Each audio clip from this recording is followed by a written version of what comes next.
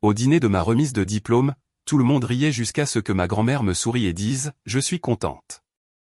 Ce soir-là, au dîner organisé pour célébrer ma remise de diplôme, l'appartement parisien de mes parents vibrait d'une joie presque écrasante. Les rires se mêlaient au tintement des verres, et je me laissais porter par cette atmosphère légère qui flottait autour de moi comme un parfum familier. Pourtant, derrière mon sourire, un étrange pressentiment me traversait sans que je parvienne à en saisir l'origine. J'avais travaillé si dur pour atteindre ce moment, mais une part de moi craignait que quelque chose m'échappe encore. Je me souviens d'avoir observé ma famille, chacun perdu dans sa propre fierté. Ma mère se déplaçait avec l'élégance nerveuse de ceux qui veulent que tout soit parfait.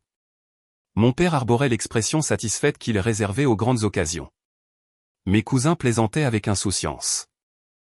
Et puis il y avait ma grand-mère, assise un peu à l'écart, regardant la scène comme si elle contemplait un secret que personne ne partageait. Lorsque mon regard a croisé le sien, elle m'a souri. Un sourire doux, presque fragile. Elle m'a simplement confié être heureuse pour moi. Ce n'était qu'une phrase simple, mais la manière dont elle me l'a transmise a fait vibrer quelque chose dans ma poitrine, comme si elle m'offrait bien plus qu'une félicitation. Je n'avais jamais perçu autant de profondeur dans son expression. Le reste de la soirée s'est déroulé dans une succession d'images rapides, les plats qui arrivaient, les éclats de rire qui rebondissaient contre les murs, les félicitations silencieuses que l'on lisait dans les regards. Pourtant, je revenais sans cesse à cette sensation étrange que la joie du moment n'était qu'un voile fin posé sur quelque chose de plus grave. Quand la fête s'est achevée et que les derniers invités sont partis, je me suis retrouvé seul un instant dans la salle à manger, face à la chaise vide de ma grand-mère. Je ressentais encore la chaleur de son sourire.